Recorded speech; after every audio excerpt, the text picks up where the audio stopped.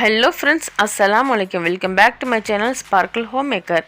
எல்லோரும் எப்படி இருக்கீங்க? நல்லா இருக்கீங்களா? ஓகே, இன்றைக்கி குயிக் ரெசிபி சீரீஸில் ப்ரானை வச்சு பேச்சுலர் ரெசிபி தான் ரெடி பண்ண போகிறோம். வாங்க வீடியோக்குள்ளே போகலாம். அதுக்கு முன்னே நம்ம சேனலை இப்போ தான் நீங்கள் ஃபஸ்ட் டைம் பார்க்குறீங்கன்னா கீழே இருக்கிற ரெட் கலர் பட்டன் தட்டுங்க, அது ஆல்ரெடி ப்ரெஸ் பண்ணுங்கள். Let's go to the video. பேனை ஹீட் பண்ணிவிட்டு நல்லெண்ணெய் சேர்த்துக்கலாம். அதில் 10லேருந்து 15 பல் பூண்டை பொடியாக கட் பண்ணிவிட்டு இதோட சேர்த்துட்டு ஸ்லைட்டாக நம்ம ரோஸ்ட் பண்ணி எடுத்துக்கலாம். இப்போ ஃப்ளேவருக்காக கொஞ்சம் கருவேப்பிலை சேர்த்துக்கிறேன். இதையும் லைட்டாக ரோஸ்ட் பண்ணிவிட்டு எடுத்துக்கலாம். இப்போ நான் இதில் சேர்க்குற மசாலா என்னென்னா 1/2 ஸ்பூன் மஞ்சள் தூள், 1 டேபிள் ஸ்பூன் மிளகாத்தூள், 2 ஸ்பூன் மிளகு சீரகத்தூள், 1 ஸ்பூன் கரம் மசாலா, தேவையான சால்ட். இது எல்லாமே இந்த எண்ணெயில் பச்சை வாசனை போகிற அளவுக்கு லைட்டாக ரோஸ்ட் பண்ணிக்கலாம். இப்போ இறால் நல்லா கழுவி சுத்தம் பண்ணி எடுத்து வச்சுக்கிறேன். இதை அது கூட சேர்த்துட்டு இந்த மசாலாலாம் நல்லா கோட்டை வர மாதிரி பிரட்டி விட்டுக்கலாம்.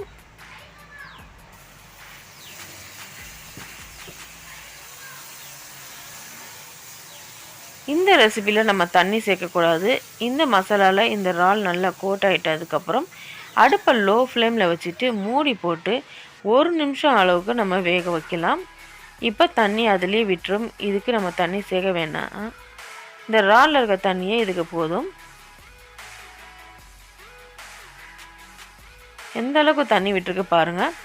இப்போ இந்த தண்ணி நல்லா சுண்ட வைக்கணும். அடுப்பை நல்லா ஹை ஃப்ளேமில் வச்சுக்கோங்க. மூடி போட்டு 1 நிமிஷம் அளவுக்கு வேக விடுங்க. தண்ணி நல்லா சுண்டி ட்ரை ஆயிரும். இப்போ எந்த அளவுக்கு ட்ரை ஆகிருக்கு பாருங்கள். இப்போ இதில் 2 டேபிள் ஸ்பூன் அளவுக்கு நான் கன் பவுடர் சேர்த்துக்கிறேன். கன் பவுடர்னால் வேறு ஒன்றும் இல்லை, நம்ம சவுத் இண்டியனில் டெய்லி யூஸ் பண்ணுற இட்லி மிளகாய் பொடி தான். இது ஆந்திராவில் கன் பவுடர்னு சொல்லுவாங்க. இது ஒரு ஆந்திரா ரெசிபின்றதுனால நான் கன் பவுடர்னு சொல்லியிருக்கேன். மேலே கொத்தமல்லி தழை தூவிட்டு நல்லா இதை டாஸ் பண்ணி பிரட்டி விட்டுக்கலாம். நல்லா அடுப்பை ஹை ஃப்ளேமில் வச்சு இது பண்ணிக்கலாம். ப்ரானை எப்பயுமே ஓவர் குக் பண்ணக்கூடாது, ரப்பர் மாரி ஆயிரும். 3 நிமிஷத்துக்கு மேலே நம்ம குக் பண்ண தேவையில்லை.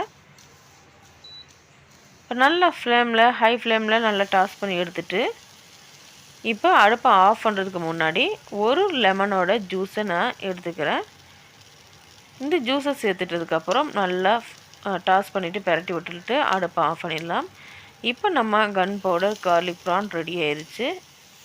இந்த ரெசிபியை 2லேருந்து 3 நாள் வரைக்கும் நம்ம ஸ்டோர் பண்ணி சாப்பிட்டுக்கலாம். நம்ம ட்ராவல் போகிறதா இந்த ரெசிபி மினிமம் ஒரு தயிர் சாதத்துலேருந்து வெரைட்டி ரைஸ் வரைக்கும் நம்மளுக்கு சைடிஷ்க்கு ரொம்ப ஹெல்ப்ஃபுல்லாக இருக்கும்.